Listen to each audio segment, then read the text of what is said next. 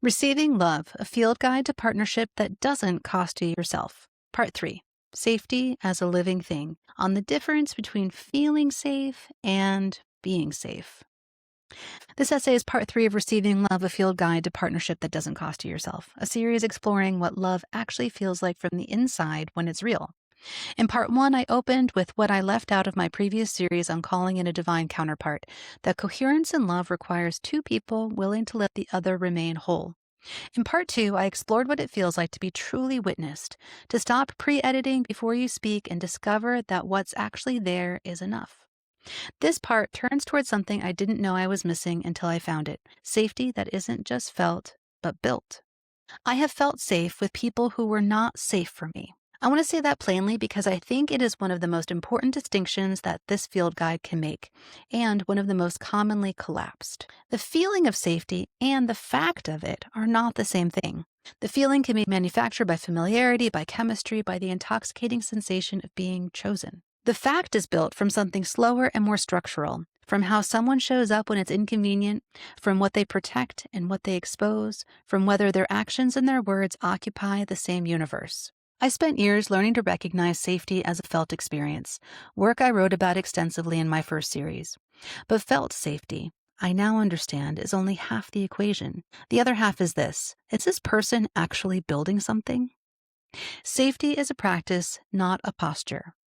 There is a kind of person who performs safety, who knows the language of emotional attunement, who can speak fluently about nervous systems and co-regulation and secure attachment.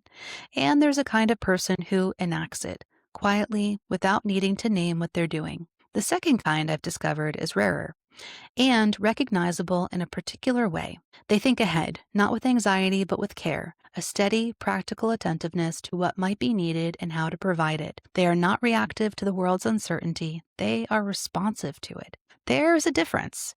The reactive person braces, the responsive person prepares. What I found unexpectedly is that this quality, this orientation toward building and tending rather than just feeling and responding, is one of the most intimate things I've ever encountered in a partner. It is love made structural, devotion expressed as foresight. It says, I'm thinking about your future, not just your feelings right now, but your actual life, its continuity, its well-being. I am building toward it. The world is asking the question.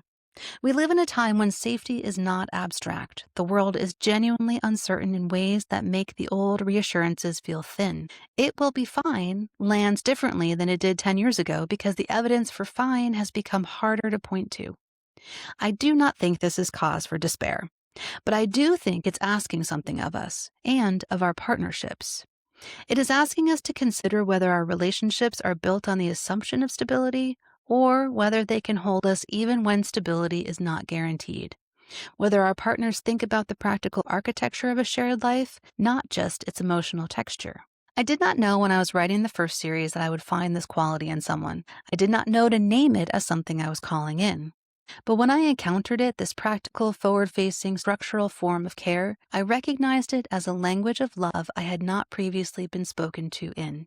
And the recognition landed in my body the same way all true safety does, as a breath moving lower, shoulders dropping without effort, the quiet cessation of a vigilance I had not known I was maintaining. Safety requires two kinds of trust. The first kind of trust is emotional. I trust that you will not use what I give you against me, that you can hold my vulnerability without weaponizing it, that your care is not conditional on my performance. The second kind is structural. I trust that you are thinking beyond this moment, that you're building something, not just inhabiting it, that your orientation toward the future includes me, practically and tangibly, not only as an aspiration. Most of us look to the first kind. We ask, does this person make me feel safe? We attune to emotional availability, to gentleness, to the absence of threat. Fewer of us learn to look for the second kind, to ask, is this person building safety actively as an ongoing practice? To notice the quiet, consistent, often unglamorous work of someone who takes the future seriously. Both matter, and both held together are something I am learning to call by its right name. This is what it feels like to be with someone who loves you in practice, not just in principle. A practice. Reflect on where you feel safe in your current or most recent significant relationship, and then ask a second question. Where is that safety being actively built? Not felt, built. What actions, what decisions, what orientations toward the future are constructing the container that holds you? If you can answer that question with specificity, you are likely in something real. In part 4, we'll turn to reciprocity, the experience of devotion that flows freely in both directions, without transaction, without score. A goddess for this threshold. As we explore safety as a living practice, I call on Frigg, Norse goddess of the hearth, of foresight, and of the protected home. She is often overlooked, standing in Odin's shadow. But Frigg sees what is coming. She prepares. She holds the threads of fate not with grasping, but with knowing. A steady, forward-facing love that builds against uncertainty without being consumed by it. She is not the goddess of grand gestures. She is the goddess of the warm room that is always ready, of the love that thought ahead.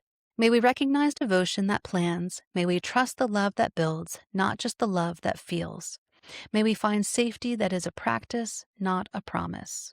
As a transition doula, I walk alongside people in the in-between, the tender, disorienting space that follows an ending and precedes what comes next. If you're navigating your own season of transition and feel called to work together, I'd love to connect. You can reach me at www.goddessintraining.online. Subscribe, like, share for new essays and podcast episodes as they emerge, honest and in real time. Thank you for being here.